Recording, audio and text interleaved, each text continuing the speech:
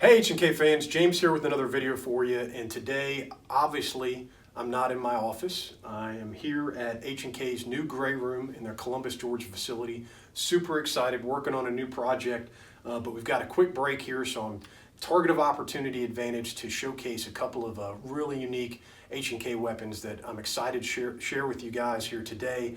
As you know, I'm a huge MP5 series fan, but there's a series product improvement that you may or may not know about that happened in the 1980s, and we've got two examples here, and that's SMG I and SMG II.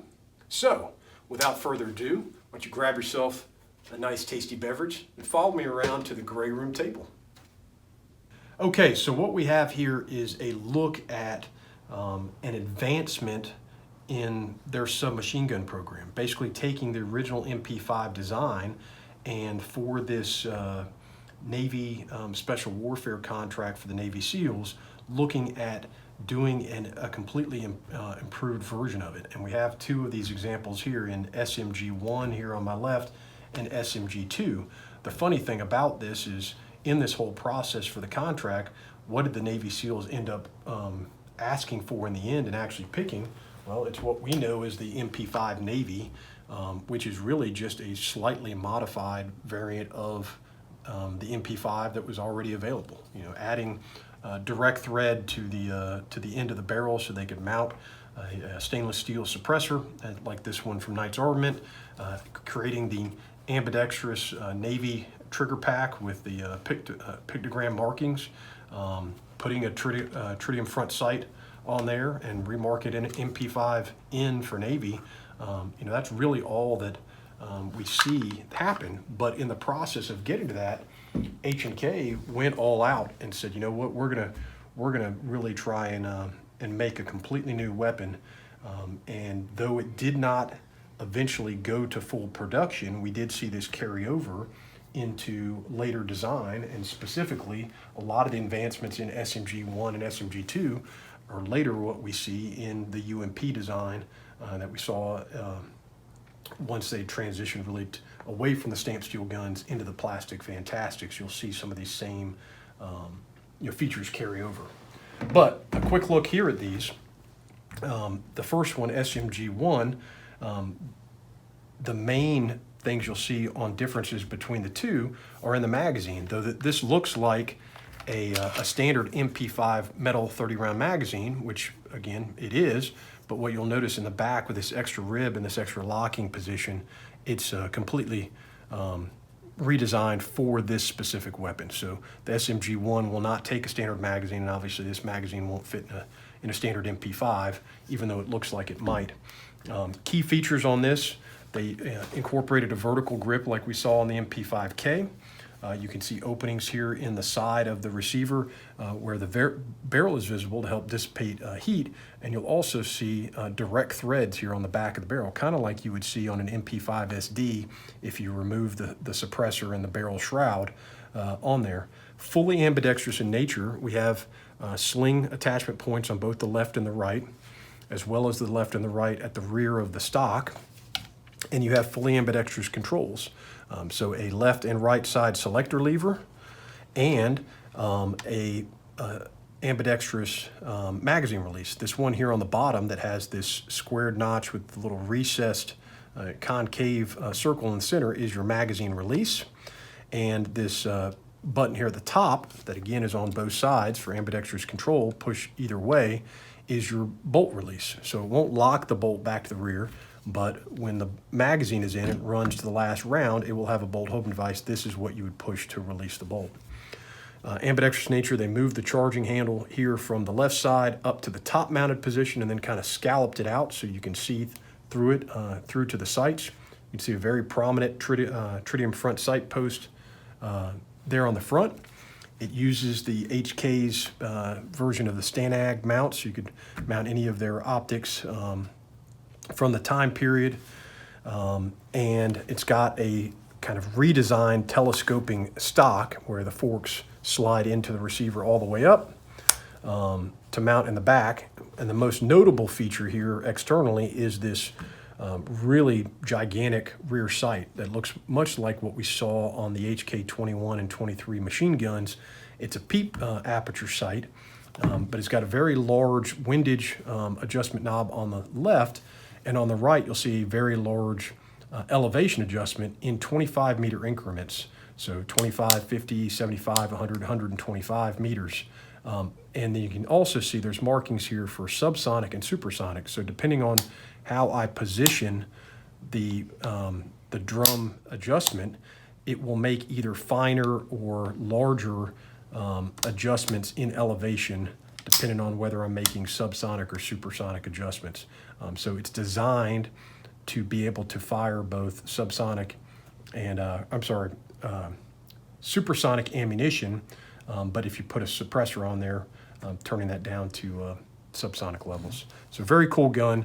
We'll take a deeper look internally as we look at the next model in the progression cycle, which was the SMG II.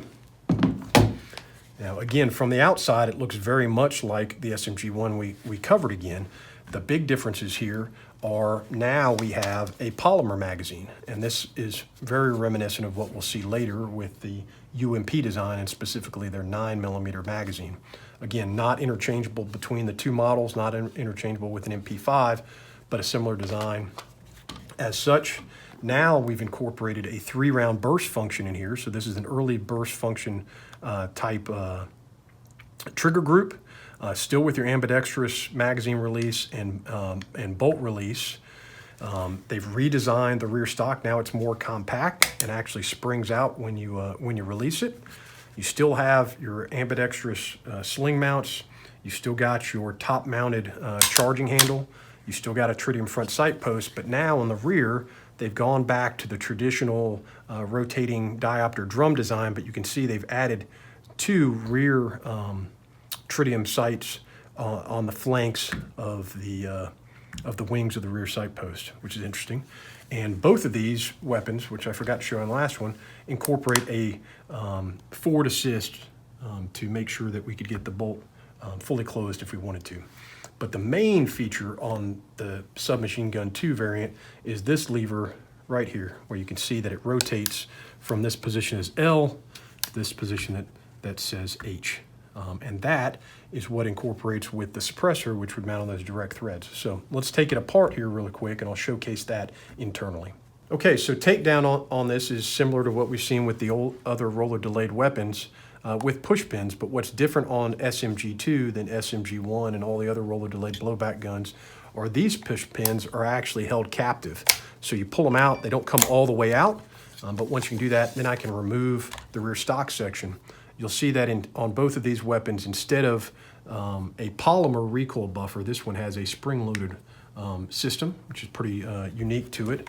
And then when I can pull out the other one, now I can break free the trigger group itself. And this is kind of a combination of what we've seen with the normal MP5 trigger group and then what we would later see with the UMP design, where the magazine well is incorporated into it and all the other features in there. So very unique internally as well to see those kind of burst functions that we would see later on those guns. But once we dip it back, now we see, instead of a roller delay blowback operation like we would expect from MP5 design, we don't have that at all. And we have a bolt group that looks very similar to what we'll see later in the UMP design. Same kind of recoil rod assembly. You can see the notches here on the side of the bolt that allow the forward assist to capture in there. You'll see a redesigned extractor here on the side of the bolt, and much lighter weight. On the SMG I, you have a similar design, but the front of the bolt actually protrudes further up inside what would be the cocking tube, and so that bolt's a little heavier. So this one with a lighter bolt, obviously it's gonna have a higher rate of fire. I've been told, never had the opportunity to shoot this, that the rate of fire on the SMG II is about 1,000 rounds per minute, which is a little faster than what we're used to on a MP5 or MP5K.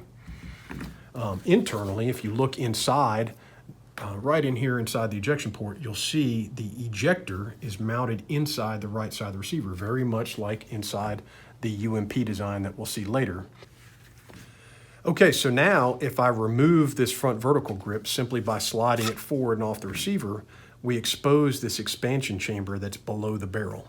And this is what's unique about SMG II is for this Navy SEAL contract, they wanted to have a suppressed variant for clandestine operation, and H&K was trying to approach it the same way they had with the MP5SD to allow them to use one type of 9mm ammunition, a supersonic 9mm NATO plus P round. They wouldn't have to transition back and forth.